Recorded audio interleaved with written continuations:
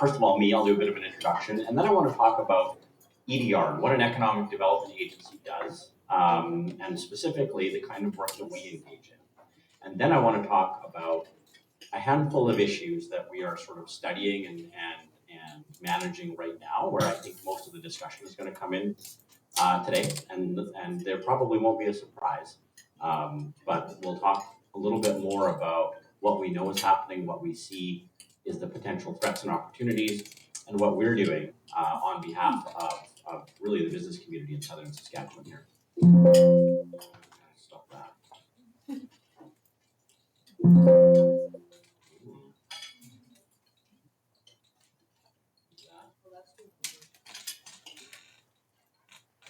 Maybe if I just do this. There we go. We'll do it by hand. Okay. Nice to meet you. My name is Chris Lane. I am the president and CEO at Economic Development Regina. I've been doing this job for about 3 years now. And before that, I had the privilege of being CEO of Canadian Western Agribition here in town. So I like to say that there are fewer cowboy hats in my day-to-day professional life now, but not zero. We have also the privilege of having built and live on an acreage just outside of the city near Pilot Butte, where we raise horses and our 3 teenage daughters. The horses are easier most days. In my spare time, I'm a pilot, and I have an aircraft, and so it's a wonderful way to see the city, and I always make the invitation. If anybody wants to go flying anytime and see what our city looks like from above, let me know. So I'm not from Saskatchewan. I'm originally from Alberta, from Grand Prairie, Alberta, in the heart of energy and agriculture country, and that is my background, both sort of personally and professionally. I moved to Regina when I was 19 years old to finish a degree in journalism. And so I came to Regina to do the U of R program here. It was fantastic, and as anybody in my family will never let me forget, I was the first one to move away from home. And we had a saying in the family in those days that anybody east of Edmonton is a Newfoundlander. So I really moved.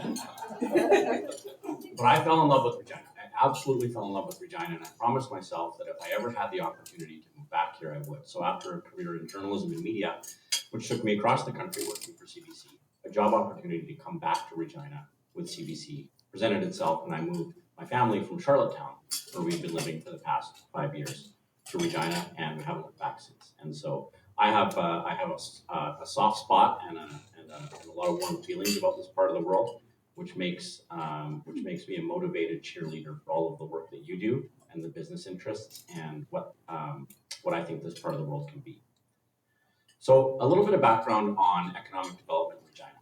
So as an ECDEV agency, we are a municipal corporation, which means we're an independent organization, but we have a single shareholder, and that's the city of Regina. So we have an independent board of directors. They sort of govern us strategically, and ultimately we report back to our shareholder, which is the city. A few years ago when I came into the job, it was coming out of COVID. There was a lot of uncertainty around what the business climate looks like in immediate recovery, but also strategically long-term. How are we going to build a strategy that allowed us to grow and be competitive? So we did the same thing with an ECDEV agency. We said, let's forget everything we know. If you were going to build an agency committed to economic development in Regina now, and you zero-based it, what would you build? And so that's what we did. That was one of the first jobs that I had. And we really defined what economic development means to us. Because if you go across the country, ECDEV agencies like mine, they'll have wide-ranging mandates. There is no single best practice for what an ECDEV agency can do. So we needed to define what we needed to do in Regina. And it was understanding that economic development really drives economic growth and population growth.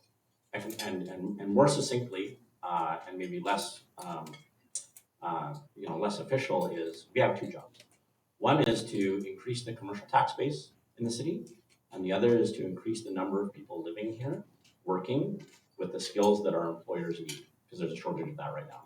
We'll talk about that. How we accomplish those 2 things, we organized the whole agency to really focus in 2 buckets of work. One is called hunting, and that is a very proactive psychological mindset about understanding the opportunities that exist here. Where are we great as a city? Where do we have opportunities to grow? Why is that? Where do we have a competitive advantage? And where are the companies and capital, no matter where they are in the world, that would be a good fit here.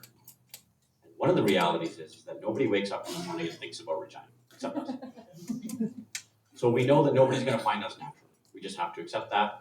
So with that mentality, we use research and data to really understand where those opportunities are and take a curated version of that opportunity to them and put it in front of them. And that's where the homemaking side comes in. This is about when we can make all the best business case we want around that opportunity. But at the end of the day, we are still a community and we still have an obligation to build the best kind of community for people to live and work. None of the investment strategy works if we don't have a lifestyle community play around it. We're all here because of the kind of city we are and the kind of people that we like to be around. And so when we talk about homemaking, that's the branding, the storytelling, understanding what makes this part of the world and this part of the province so great, and making sure that's baked in to every opportunity that we sell and present. So essentially, we're Regina's sales and marketing agency. That's what it is. We, as I said, we know that nobody wakes up thinking about, how do I get to Regina today with all my money and my family? They might, but we can't take that for granted. That's not what the migration data shows us. And so what we do know that when we take a curated package around what the business and lifestyle and community opportunity is, every room I'm in where I'm telling people about Regina for the first time, either from a business or lifestyle perspective, everybody leans in. We have a great story to tell. We have a great opportunity here. And that's the mantle we've taken on as an agency. So more specifically though, what do we do and how do we do it? Everything we do at EDR is driven by what we know, not what we think. So the power of data and analytics. So we do things mainly to fuel smart business decisions. A lot of our publications are public and we share it with the community. Some are for individual projects or client-based, and some are competitive intelligence that we really need to understand from a competitive landscape, how we stack up against competitor jurisdictions. And those kind of informations we'll keep actually pretty close to our vest. Those will put us as Regina at a competitive disadvantage if they were available for our competitor cities. So products like the state of labor. This was an own piece research we did. We really wanted to understand the state of the GRA, Greater Regina Area's workforce. Where are we winning? Where are we losing? What are the gaps? We'll talk a little bit more about that in a moment. One of the pieces of competitive intelligence we did is we wanted to understand how do we stack up with where we are losing investment. How do we stack up with those jurisdictions in terms of everything from utility rates to incentives, property taxes, labor force, all of that. So we give ourselves a really dispassionate view of where Regina is great and where it needs to work.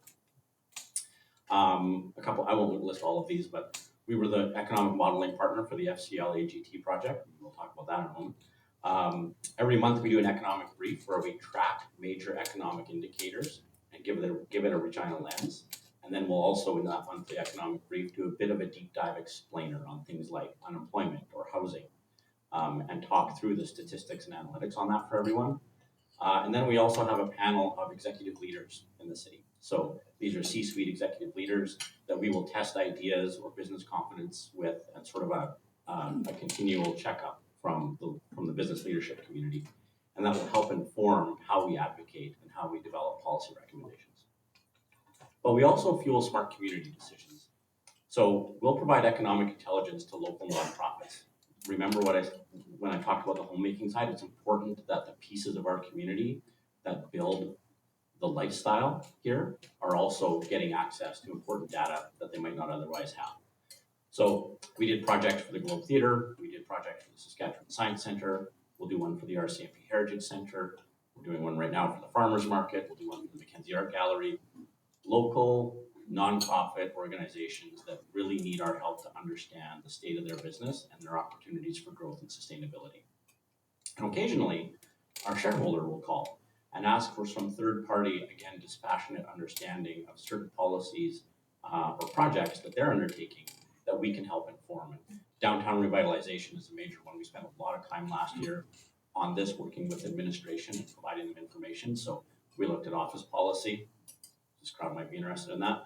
We talked about incentivization schemes. We did a comparative analysis of cities that are also trying downtown revitalization, which ones are accomplishing their goals and which ones are floundering in Canada, where and why that might be.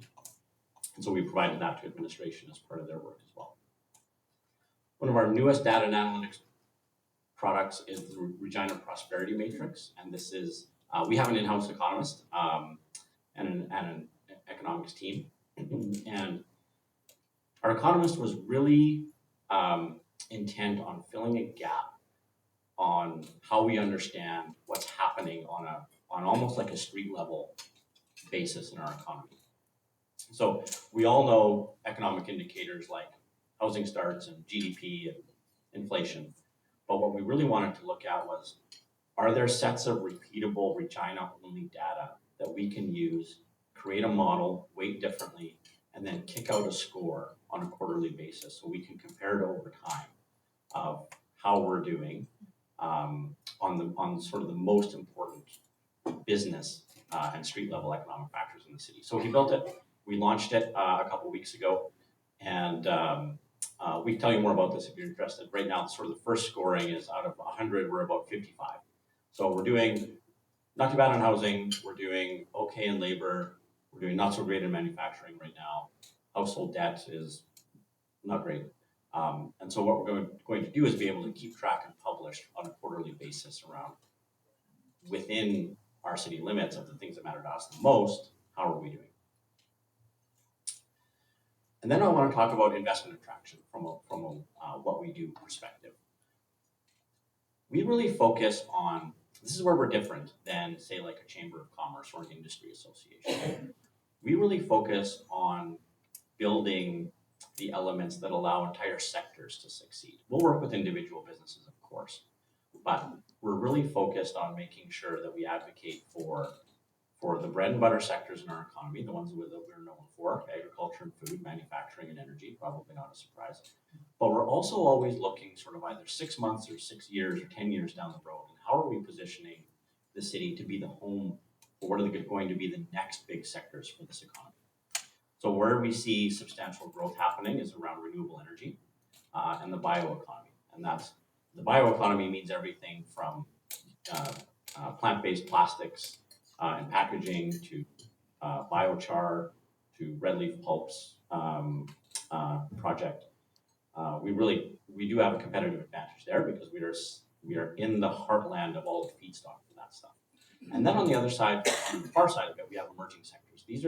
These are multi-year out potential opportunities for us, but we know again Regina has the potential to be competitively advantageous against other jurisdictions in the country when it comes to things like nuclear. And in Regina, I speak specifically around the supply chain. How are we helping our advanced manufacturing sector gear up or retool or be ready to start being part of an SMR supply chain? Same with aviation and aerospace. We know that the federal investment in the FACT training plan at CFB and Moose Jaw is substantial, and it will be a multi-year injection of billions of dollars. We know and we think that there's a ancillary industry around supporting that investment in aviation and aerospace that would naturally house in Regina as the center. So we're working directly with Moose Jaw City Administration on a cooperative MOU to make sure that both cities are supporting the development of an aviation and aerospace corridor and cluster here over the next several years. And then film and creative industries. This is one, again, Regina has a competitive advantage because we have the asset in the soundstage. That is a very unique asset for that industry. Film and creative sector has the potential to add billions of dollars to the local economy here, but it also needs some help. And it needs some help how to develop that, how to develop a workforce here that can sustain a steady pipeline of incoming production. So we're going to work on that as well. I'll give you an example of, like, when I talk about investment attraction, how do we work with companies within each of those sectors as they need us? Because not every company needs an economic development agency. In fact, most don't. Lots of leads will come in through either a commercial real estate broker, through the provincial government or the federal government. But where they need an ECDEV agency, it shows up like this. So from a startup perspective, I'll talk about a company like Innovera. This is a US-based company that owns proprietary technology about turning municipal waste, solid waste, into a marketable carbon product. And so they come here, They've got some research space and capability. It's deep well borehole technology, so they sign on with PTRC to develop the technology, and then they need some help from us identifying things like market research for their technology, contacts within the industry, and ultimately a municipal partner to grow and scale this technology. An example of a mid-range company that we work for or we work with is a company called Pronar, and this is a direct result of overseas engagement in Poland. Pronar is a Polish agriculture manufacturing company. They're privately owned. They're the biggest agriculture implement manufacturer in Europe, and they've outgrown Europe. It's saturated, so they're looking to grow, and they like the North American market, and or they like the potential of the North American market. A company like Pronar doesn't need investment. They don't need money. They're fully capitalized. What they need is pathfinding services about what it's like to enter the Canadian market, set up a facility, and start exporting and supporting their machinery across North America based in Regina. So we work with these guys pretty closely. They're coming on an executive site tour this summer. So if that's successful, the plan is to put a multi-million-dollar investment in an assembly and distribution and support site here in Regina. And then on major projects, a company like Cargill does not, when they decide they're going to do something, they don't phone the dev agency. In fact, I don't think Cargill phones anybody, except when it's time to buy the land. But they do engage us on supporting what does it look like to be a good community partner? How do we help them connect with the people that they want their new executive team that's going to run that plant to be connected with in the community in rooms like this? And then almost every company we work with has a labor retention problem. And so that we work with them on making sure that there's a steady stream of workforce development so they know when they start an operation here, they'll be able to continue to fill the jobs that it's going to create. It's one thing to create the jobs, it's entirely a different one to fill them. Which leads us to our talent attraction campaign. And so as part of that work, we kept hearing this. We kept hearing from business owners, large and small, that the biggest ceiling to their growth and scale opportunities in Regina and Saskatchewan as a whole is the access to qualified, dependable labor pipelines. And so we wanted to look at that. So we spent about 6 months doing a complete deep dive on the state of the labor force in and around Regina. And so we found some interesting things, and we quantified it. So on any given day, there's about 2,800 to 3,000 open jobs in Regina, and about half of them are sort of that entry level, like frontline service, hourly wage job. But the other half aren't. The other half are career track, professional services, engineers, project managers, you name it. And if we could fill those jobs, if we filled everything that was open today, we'd add about $500 million to the local economy. If you added in the productivity increase that our local businesses would measure if we filled the jobs they had open, that number goes to almost $1 billion, $874 million. And so that's if we just filled it today. We also know that the rate and pace of Saskatchewan's economy's growth is going to add 135,000 new jobs in the next 10 years. Some of that's through attrition, about half of it's through attrition, but the other half is natural growth. So we have a problem. We can't even fill the jobs we have today. We're going to add a whole bunch more. And so how do you solve that? So we developed a multi-year talent attraction strategy. Again, we started with research. We did focus testing. We looked at the different job codes. We looked at migration data in the country. We looked at migration data around the world. And I won't read this whole slide, but the whole point is that we didn't just want to come up with a slogan about move to Regina because we got the riders or whatever. We really needed to know what motivated people from a psychological or psychographic way of the people that came to Regina and loved it, people like me. Are there a set of common values, beliefs, or motivations that when they got here, they stayed? Because we have a retention problem as well. We needed to get away, or we needed to find a way to get off the merry-go-round of newcomers to Regina, fulfilling their newcomer to Canada requirements, and then spinning off the merry-go-round and going to the larger centers. We're on a pretty terrible retention path that way. So we really needed to understand how could we design a message? How could we design a sales package essentially for people to move here with the job skills that we need so that they could stay? So we had to figure out Regina's value proposition and how that fixed a problem for people wherever they are. Where are those places, likely in Canada, where people are feeling those pain points? And then make sure we understood the right people. Regina is not for everyone, but if it's for you, it's the best place in Canada. So we really looked at the entirety of the lifestyle offer, the value proposition. So we have a good story to tell. We have pathways to opportunity that don't exist in other parts of the country. And we really needed to get good at understanding that and then really precise at putting it in the markets where we think that would land very well. In this process, everybody talks about affordability here, and that is a true thing. But we really needed to make sure that we didn't just stick to affordability. Like, what did affordability mean? What did that actually mean?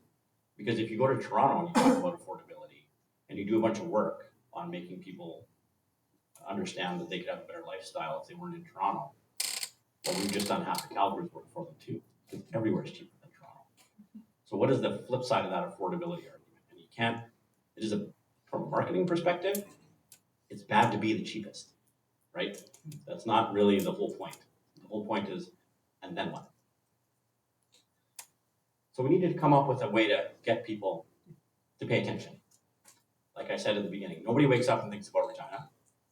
So we had to make the creative in these markets position Regina as a solution to a pain point they were having in their city now. So last week we started this campaign. It's digital, it's targeted, and really we've written the first line of breakup letters for people to break up with their current city because of these reasons.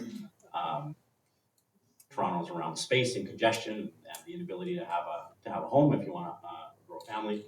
Halifax's tax and utility regime is consistently a pain point for the people who live there. That's what the research tells us. And then Vancouver is so easy just because it's so expensive. So again, we know that when we put these in market, if you love living in Vancouver, this is not for you. But if you are struggling in Vancouver to make ends meet, or you think that there's something more to life as a lifestyle, this is going to get your attention. We also know that there's 1 million mortgages coming up for renewal in Canada this year. And I'll bet you that's a couple percent higher than when they were last renewed. So the timing of this is not coincidental. We think that there's an opportunity to put Regina's whole package advantage in front of people. And again, we're doing this, one, because we love Regina, but two, because if we can fill even some of those jobs that I talked about, we start chipping away at that $500 million annual gap in economic growth in the city. Okay, so that's a little bit about what we do. One of our major offerings we'd like to be able to be known for is we like to be sort of the first call when people want to find out about what large scale or macro trends, what their potential impact is in the city. And we have spent a lot of time on tariffs and trade. Everybody has. After the US election in November, and this really started to come out as an idea, we did the first number crunch on this with our economist. So this is from November. But we wanted to look at, okay, if this thing actually happened, if there was a 25% tariff kind of across the board levied on Canada, what would that mean specifically to Regina? And so we looked at it. Immediately, we'd peel $175 million off the GDP, which is about $610 per resident. But more disturbing, we lose 600 full-time jobs here by the end of the year. In our key sectors where we would feel it the most, agri-food, energy, and ag equipment, double-digit losses in sales revenue. And I think that's just a start. Where this gets really concerning, the nightmare scenario in this, is that once all the GDP and the loss of the market and the sales decrease, the companies in those sectors that are headquartered here they all have US operations specifically to de-risk policy uncertainty. So if you play that movie to the end, that means large companies move entire productions into the US and away from China. That's not kept for long. That is devastating because once it moves, it won't come back. And so that's why we almost can't, it's hard to overstate this. And I think what you're seeing right now is a lot of different data sources around trying to figure out what this actually means. Part of it is because we don't know actually what tariff regime is coming. And I think that's maybe by design, but you'll see a lot of organizations talk about how we're stacking up and how much risk we have. This one is from what is this? Canadian Chamber of Commerce last week, I think, ranked individual cities' exposure to tariffs. And so you can see here we're pretty low. We're 37 there. I guess that's good. It's not great, but you can see other cities are considerably more at risk. But I think that's not really taking into account the nature of what happens when our industries move in the long run. That's kind of an initial impact. While I was sitting here today, I just got another email from the Conference Board of Canada that I did rank provinces in terms of impact as well, and Saskatchewan's third worst impacted. So right now we're seeing a lot of different ways to calculate risk exposure and impact, and I think that will continue to change until we know for sure what's in place and what's not. I think what is a true statement, though, is that uncertainty has a tendency to just freeze investment and capital plans. I think we can all understand that. So that company I was talking about, Pronar, they didn't wake up and think about, man, I'd love to build my hay rake in Regina. We had to go to them to convince them about the business opportunity and our geographic location. They don't even care about selling hay rakes in Saskatchewan. What they want to do is build it in Canada and ship it to the US. That's the play. Well, all of a sudden, if you don't have access to that market in a free trade agreement, that investment just stops.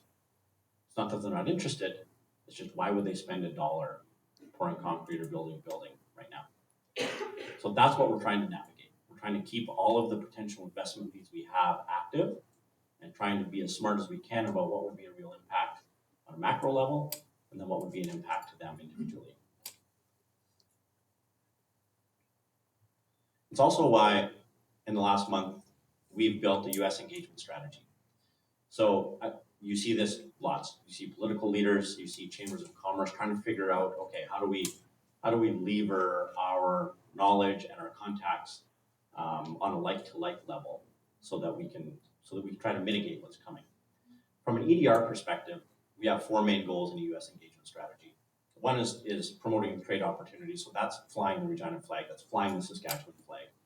Not letting our friends in major US markets forget how much of an impact our part of the world has on their prosperity as well.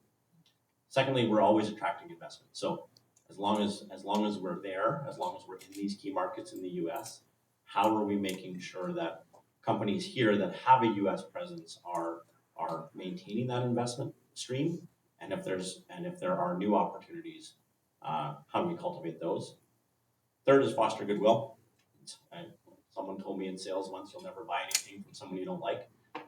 So it's a pretty important aspect to build those relationships and make sure that on a like-to-like level, at a business level, our friends that have influence in the US and their own channels like us and like the prosperity that Saskatchewan's economy means for them. And then finally, just educate larger on the Canadian economy. I think we're in this situation now because a narrative has taken place that is either wholly or significantly untrue.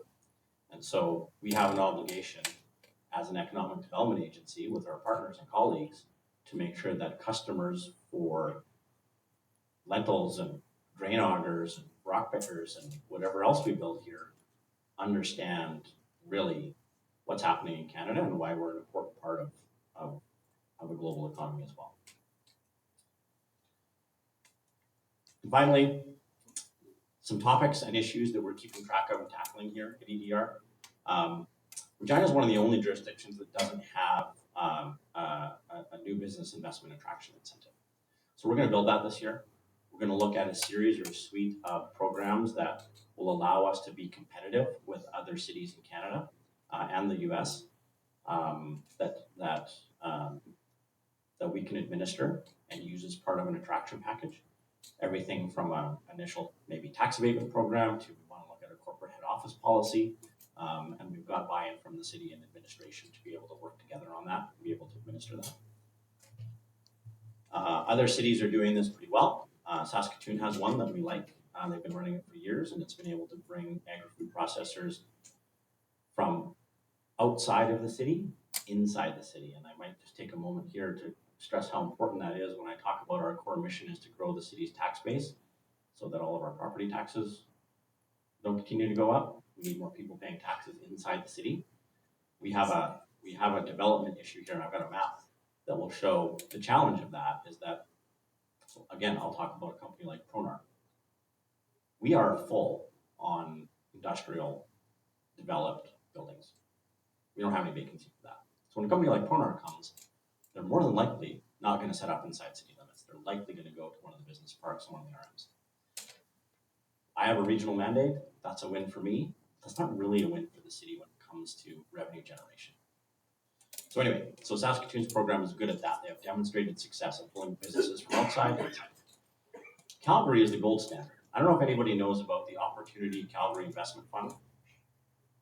It is, it's $100 million that the city carved out of reserves, gave to its ECDEV agency, and said, use this to go invest in companies and business opportunities. And essentially, it's a non-dilutive investment that if they like it and they want it to be in Calgary, they'll just cut them a check out of it, slide it across the table and say, thanks for doing business in Calgary. We are never going to compete with that. And I would suggest that we should not try.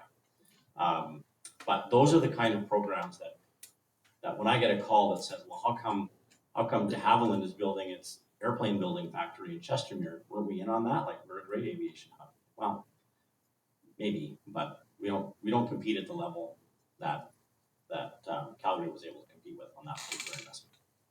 So anyway, something is better than nothing, and we're going to do something this year. The other thing is a more robust entrepreneur and local business support program. So we have, in the past several years, as a city, not just EDR, but as a city, really built a vibrant and diverse startup ecosystem. We have cultivators and incubators and accelerators, collider spaces and path here that are really built around fostering Regina as a great place to start a business. What we don't have is what happens next.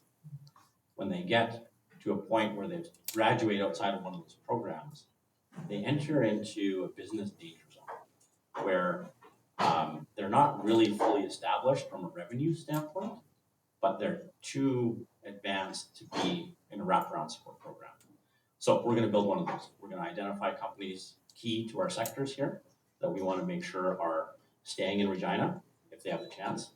And we want to support high potential growth companies that come out of those startup ecosystems. I'll go quick here.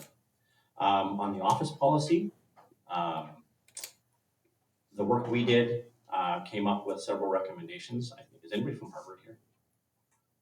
No? Okay. I have people from Harvard on my board. Yes. And essentially, our conclusion after all of this is like Regina's office policy is like weird. It stands out, but it's not really doing anything. And so we came up with a series of recommendations around growth from that comparative analysis, which is you can't have a single policy like that stand alone and expect it to do what you think it's going to do for the city. You have to build a comprehensive strategy around it, including infrastructure and amenities investment, post-secondary education. If you can land some level of student activity in your downtown core universally, that changes the level of vibrancy. And mixed-use conversions. That's where cities in Canada have done well at filling buildings in downtown cores. It's around mixed-use conversions. Again, there's incentive programs specific to this that we would recommend. And then actually pull together all the agencies you have that are similar to us that have a mandate around downtown vibrancy and city and community building, align them and empower a lead on it. I'm going to skip that slide because we're going long. This is the last thing I want to talk about. So the last major report we did was the state of small business. Again, where we didn't want to take broad Canadian numbers and extrapolate what was happening and what could be done about it. So we took a really, really deep, hard look at the state of small business in Regina, and a bunch of numbers there. But I just want to pull your attention to the ones on the right side of that slide. These are Canadian numbers, but they also match the Saskatchewan numbers. There are 76% of businesses that are or will transition out of current ownership in the next decade. 9% of them have a plan to do that. That represents $2 trillion in small business assets in the country. And so Saskatchewan's share of that will be obviously smaller, but the percentages are the same. We looked at that and thought, that is a big problem. We have the bulk of our local economy is small businesses. And if we are looking at a transition of 3/4 of them, and there's no plan to do it, and there's no pathway for new investors to either buy, continue, or grow those businesses, the only plan is to shut them down. And so we have an incoming problem. This is a sort of a red alert, 5-alarm fire for an ex-dev agency. So we're going to have to do something about that. We're going to have to build a level of support and pathway for these business owners to be able to transition in a way that allows us to keep those businesses open or growing or changing rather than just closing. Okay, that's all the slides. That was a lot. I only had half an hour. How did I do? Like 40 minutes? Okay. I could talk for a long time about all this stuff. As you know, I have no notes. But I would like to talk to any of you about challenge me on any of that stuff, raise things that you think we should know about. Happy to answer any questions. Given our proximity to the energy sector in southern Saskatchewan and the energy corridors we have, is it on the radar of ADR to pursue data centers, crypto, AI, the stuff that we see $100 billion being invested in Alberta, and we actually are better positioned to service that growing industry than Alberta is? Where is that? Maybe. So yes, we've looked at that. I'll be honest with you, our competitive disadvantage about that is that we don't have the clean power to drive them. So I'm from Grand Prairie, where Kevin O'Leary's allegedly going to build his biggest data center in the world. And that's because it's cold year round, so you get natural cooling out there. And it has access to a lot of very cheap natural gas to run independent power generation to run those things. So if we build a data center here, it's running off coal-fired power. So you've got to, if that matters to you as an institutional investor from around the world, and thanks to Scope 3 emissions reporting in public investment companies, it does, that's a problem. But lenders for the last 5 years have not been funding any pipeline expansion because that was not acceptable, right? Now it's very acceptable. So yes. The lenders and the financing model behind these things has completely got a greenfield open map ahead of them.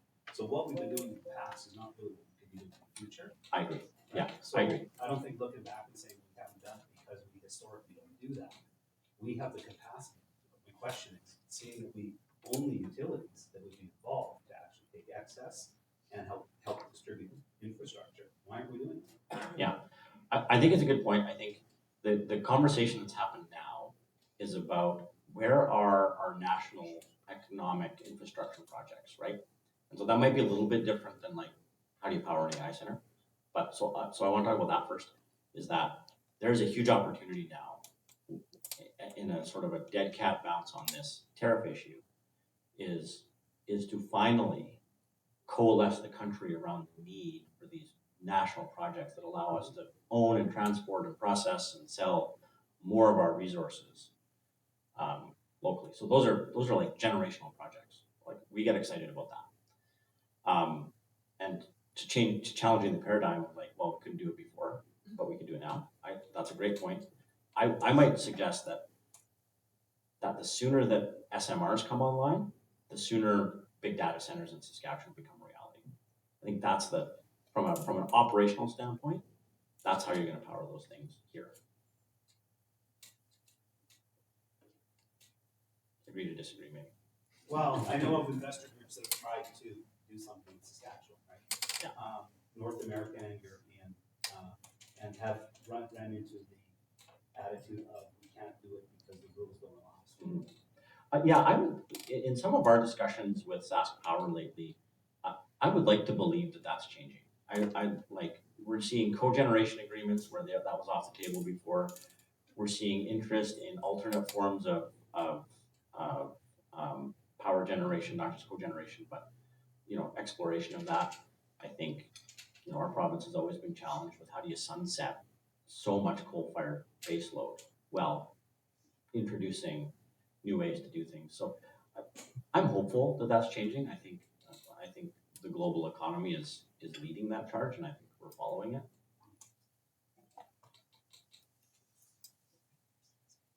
Any other questions? Anybody want to talk about canola crush? I do. So maybe I'll ask myself that. Hey Chris, what keeps you up at night? I think we've got a real risk here in the canola industry in Saskatchewan shaping up. I think sort of the three stools of why anybody would buy Saskatchewan canola are under threat. So I think the Chinese market is flaky, right? They're using political and non-tariff trade barriers to keep Canadian canola out of the world's largest market for it. I think the tariff situation in the US is obviously problematic, but it's only the latest in a string of punitive US policies around ensuring that we have a strong canola crush and the products that creates. The first one was the Inflation Reduction Act a few years ago. That was a straight subsidy to American refiners and biofuel companies to move production and build it there. And the current tariff situation has allowed enough uncertainty from potential buyers of Canadian canola meal and oil to shift to soybeans in the US. And that's happened already. And that's a market share that's really hard to get back. And then thirdly, we've had a couple fairly anemic responses, I think, federally in this country around things like retaliation on that Inflation Reduction Act to ensure that biofuels announced projects continue to go. And then I think you've got a real uncertainty right now in an election campaign whether or not the Clean Fuel Standard sticks around as a piece of legislation. Those things in Canada are the only ones we control, and we've sort of undercut in this country the business case for these large-scale infrastructure projects. And so I am really worried about that, because the companies that buy and crush and process what our farmers are farming here in this part of the world, they don't have anywhere to sell it if all of those things continue on the path they're continuing on. So I think we're staring down a substantial problem around that particular industry. I don't want to be alarmist about it. There's ways we can mitigate that, but it's just such a sea change in the optimism that we felt and announced only a few years ago on all these canola crush projects and the ancillary business that we were seeing come to the city because of that. That's all a very different tone right now. So it's not like we can't reverse it, but when I talk about the U.S. engagement strategy and the kind of places we're going to go and the kind of companies we're going to talk to, that's going to be a major topic. Those were collectively, that was $6 to $8 billion of infrastructure, concrete poured and jobs hired here in the city. And so the only one happening is Cargill, and they'll be finished. They'll have that plant built by the end of the year. I hope there's enough business case for them to turn it on. Is FCL talking at all about diverting some of the budget that they would have put towards refinery expansion in any capacity? I don't know that to be true, but I have asked that same question, mostly of myself. In the context of again, this unified momentum behind these national economic projects, I would find it hard to believe that someone within FCL leadership isn't thinking about how do we pivot and what is the next opportunity here. So I think, things like the refinery and things like Everett Steel, it's not like these are Dollaramas in Canada. There's like a handful of these assets in Canada, and we have them. And so it's not like we don't have the ability to pivot and grow employment and products out of these major pieces of infrastructure. So I would agree. I think that's an active conversation, would be my guess. But I think, again, policy and regulatory certainty is, man, we're not great at that in Canada. And we're kind of in a period of, at the federal level, a little bit of uncertainty of what that's going to look like. Once that settles, though, I think then we'll have some real clarity on, from a regulatory perspective, what are we going to build, how are we going to fund it, and where the major players that supply it are going to be. And I think it's my job to make sure Regina is positioned as a place in our industries and our businesses here to be a part of that. I find it ironic that 2 years ago, if FCL would have announced a refinery expansion, it would have been demonized. And now we're talking about it as a need, as a national need. I think we need to own that as a country. Yeah, a call I got last week was from an LNG company in Asia that all of a sudden now thinks that timing might be better for an operation to set up a production facility here in Regina. So to that point, we were allergic to LNG as a policy, and now we think it's an opportunity. So it's amazing how quickly that changes, but that's Trump.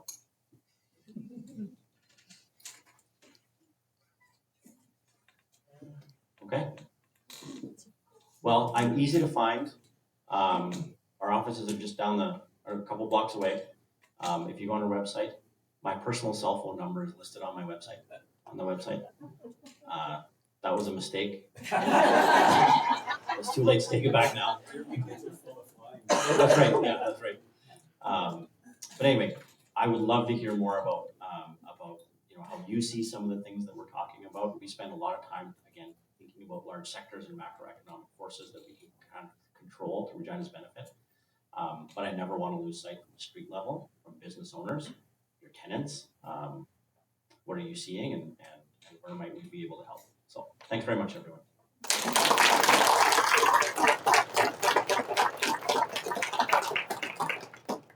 All right, thank you, Chris. That's wonderful news that to understand what you guys are doing for the city.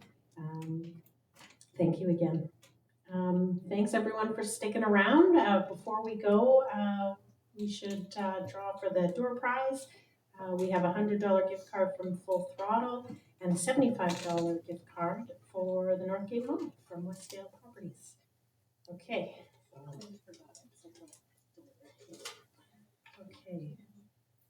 Okay, Daryl with Black and Mac, where are you? Yeah, okay, that's Full Throttle, or we got Northgate Mall, $75.